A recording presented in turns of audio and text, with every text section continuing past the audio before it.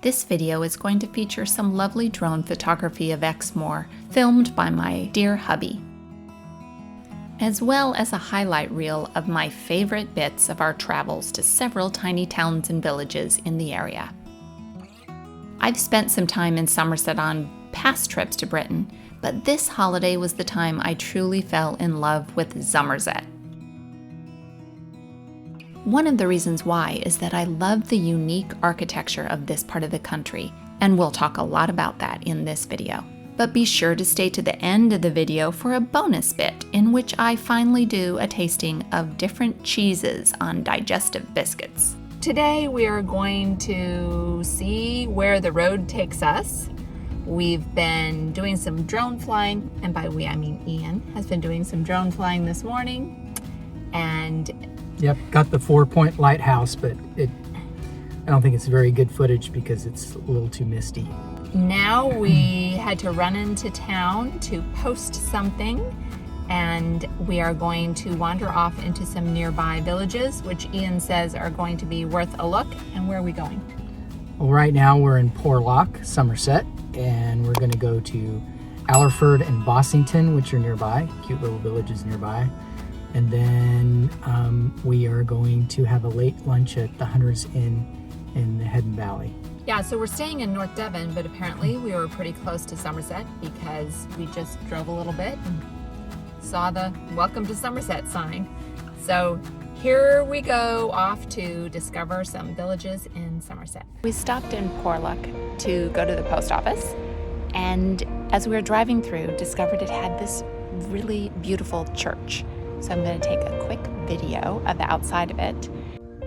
The church is built of this stone that's a lot more reddish in color, but we are in Somerset now, no longer in Devon. And the bell tower has a clock with gold numbers on it, which are not really sparkling because the day has gotten very cloudy.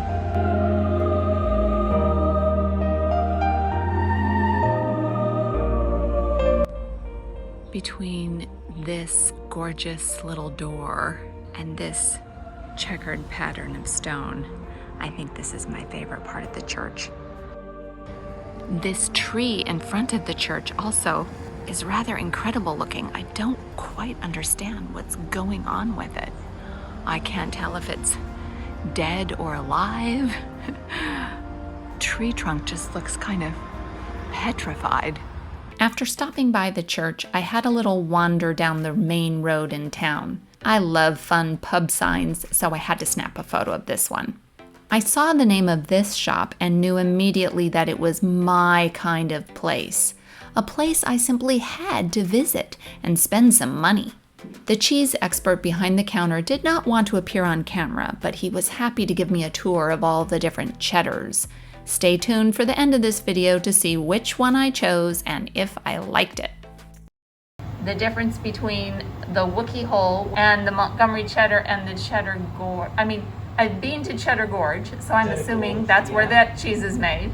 So the Cheddar Gorge and the Montgomery Cheddar are both very traditional ones. We have unpasteurised milk with traditional animal rennet, and then the Wookey Hole is a partial with a vegetarian rennet. So the Montgomery is a cheddar that's what it would taste like 100 years ago. And then we've got the Barber's Vintage, which is a 24-month matured cheddar. Oh, so that's pretty sharp. So that's sharper, yeah. It's got little salty crystals in, which is very nice. And then we've got the Colminster cheddar, which is another Somerset one.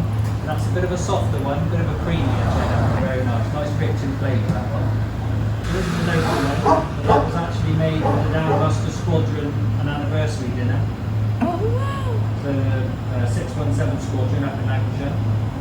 The Black Bomber, which is a Welsh cheddar. So then we followed the narrow roads out of Porlock and through the countryside, with horrid visibility, in search of pretty villages. We are in the village of Allerford, Somerset, and this village has a number of homes that have West Country vernacular, particularly of this area of Somerset, the architecture. So anyway, we'll show you some of that.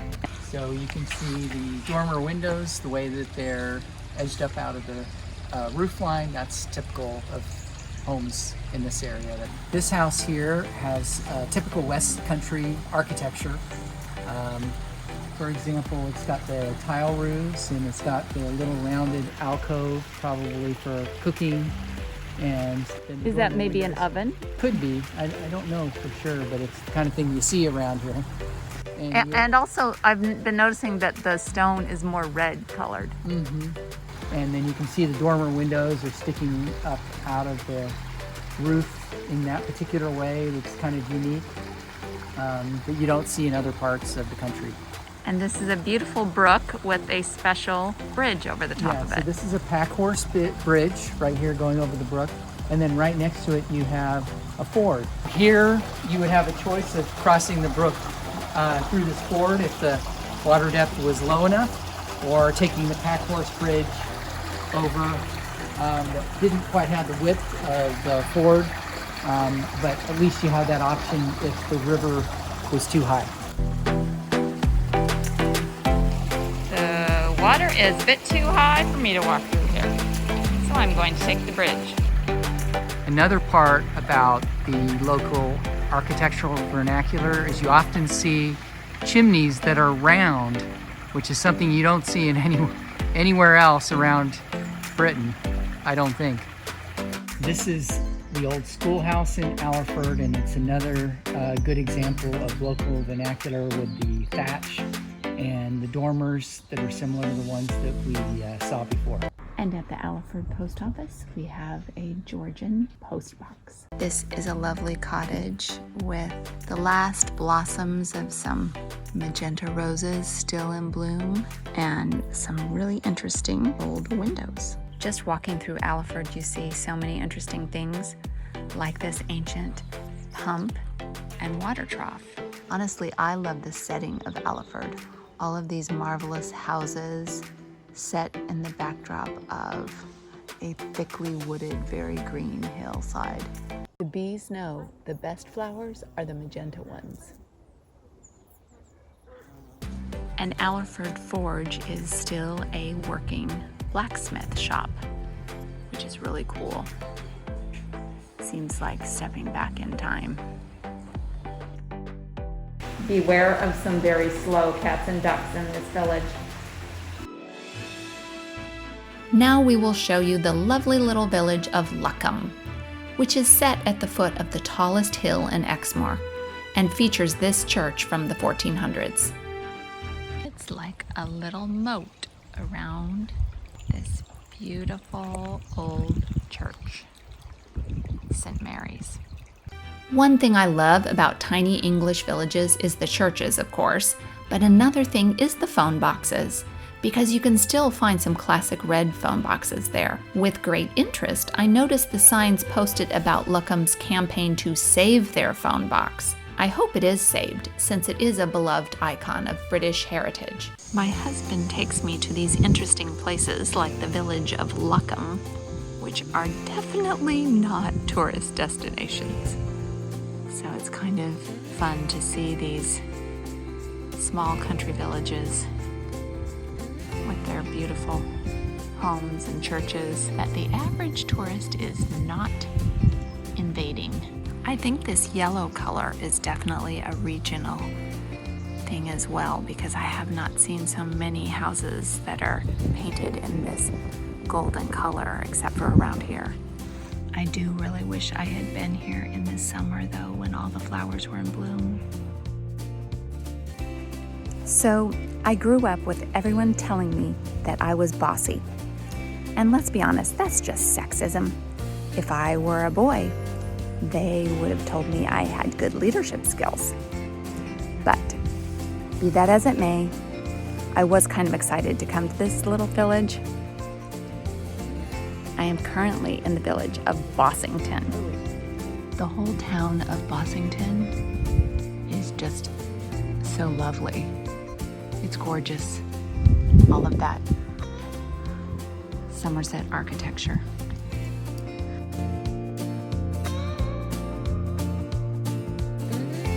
Just a really picturesque, lovely little village. Here is a wonderful thatched home that has the rounded area in the kitchen, which I'm assuming used to be an oven in the olden days. It's got the round chimneys and the thatch roof.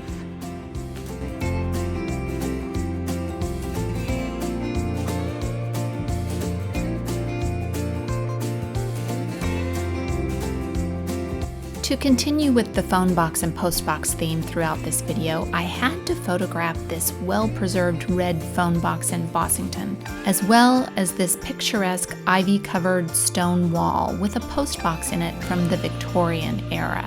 And then this note stopped me in my tracks. A resident of Bossington had extra cooking apples from their tree and set them by their front gate with a note that people could help themselves. How sweet is that? And of course, I simply had to snap a photo of this beautiful magenta rose I passed by. As we continued our drive through the lush green hills of Exmoor, I had Ian stop the car by a fabulous old medieval church in the parish of Selworthy. These little bunch of chickens right at the foot of this gorgeous medieval church is just so great. They're here at the foot of the Lynch Medieval Chapel of Ease. These chickens are so tiny. I don't know what breed they are, but they're fascinating to watch. But I'm not going to get too close, because with our track record lately, someone's bound to attack me.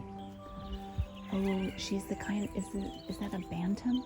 She's got those really furry feet, like a hobbit. The church is right here on the edge of a farm with all these horses just steps away from the chapel. And behind the church is an owl sanctuary. I lose my breath whenever I see you. You stole my heart, what is it that you do? We're having lunch at the Hunter's Inn, which is set in this beautiful wooded area with just huge trees all around the eating area.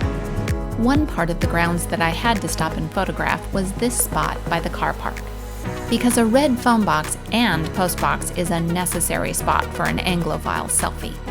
The Hunter's Inn is owned by the National Trust, and it's in Exmoor National Park. Here's a bird that we haven't seen yet on this trip. That is a beautiful peacock. Oh my goodness, the color blue on his neck is gorgeous. Our lunch featured a delicious homemade carrot soup, Ian's sweet chili and sesame crispy beef salad, and the best part, melted brie. Oh yeah, that's what I'm talking about. Speaking of cheese, to wrap up this video, I have a bonus round of taste testing where I try 3 different cheeses in a way that I had been requested multiple times by my subscribers. I am going to try one of the many things that subscribers have told me I need to try. A digestive biscuit with butter on top. So here's my digestive, putting some butter on top, and then cheese. Well, call me a Yank and butter my biscuit. And now to put the cheese on top. I think I was supposed to put cheddar, but I'm sitting here in this B&B and we just use what we can, guys. And I've got Wensleydale with cranberry, which is a delicious cheese, so I think it'll be fine. Let's see how it all tastes together. That's really good. The tanginess of the cheese is really good with the graininess of the digestive and the butter. The kind of savory tanginess of the cheese also goes really well with the kind of subtle sweetness of the digestive. Good choice, thumbs up. I'm sitting here in a bed in our B&B without a plate. I have like a hand towel and a zip top bag, and I'm improvising here. So I was supposed to try a digestive with butter and cheddar on it, and I did the Wensleydale, but then today at the Big cheese shop in Porlock, I was able to get some Wookey Hole cheddar, which I think is from the Cheddar Gorge area. And I've always wanted to try Wookey Hole because it just sounds like Star Wars, doesn't it? And I mean, I love cheddar cheese, so. And you like Star Wars. And I like Star Wars, but I probably like cheddar cheese more. Okay, so I don't have a knife, so I'm using a teaspoon. And here's a pat of butter, which I may or may not have stolen from lunch, where we had lunch. Actually, it wasn't stealing. We got this butter with our soup and bread, so I prefer to call it deferred consumption. So I'm taking some butter on a spoon and spreading it on my digestive biscuit. And then I'm taking some Wookey Hole cheddar, which it's the first time I've tried this, so this will be a great way to try it on a biscuit.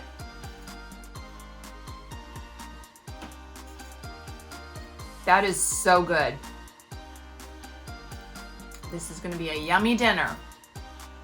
It's really good. The cheddar is not too sharp, but definitely is just tangy and savory.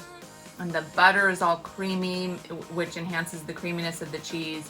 And then of course that crunchy digestive biscuit has just a wee bit of sweetness. It's the perfect combination. So those of you, it was more than one of you that suggested I try this. Those of you who made this suggestion, you're very smart, very clever. Thanks for the recommendation. I decided after the last tasting that Wookey Hole was my new favorite cheddar. Then I stopped by my favorite cheese shop, the Cheeseworks in Cheltenham. Check out my British cheese tasting video if you haven't seen it yet, to visit my favorite cheesemeister, Isaac. I told Isaac about my love of Wookey Hole cheddar, and he was a bit disapproving. I asked him what was like that cheese but better, and he recommended Isle of Mull. So I got a wee little wedge of Isle of Mull and gave it a taste at lunch that day. Of course, Isaac was amazing, and now I'm in love with Isle of Mull cheddar also. Thanks for watching our wander through Somerset and my cheesy bonus round of taste testing. Please don't forget to like and subscribe. Stay safe, stay well, and do something good in the world today.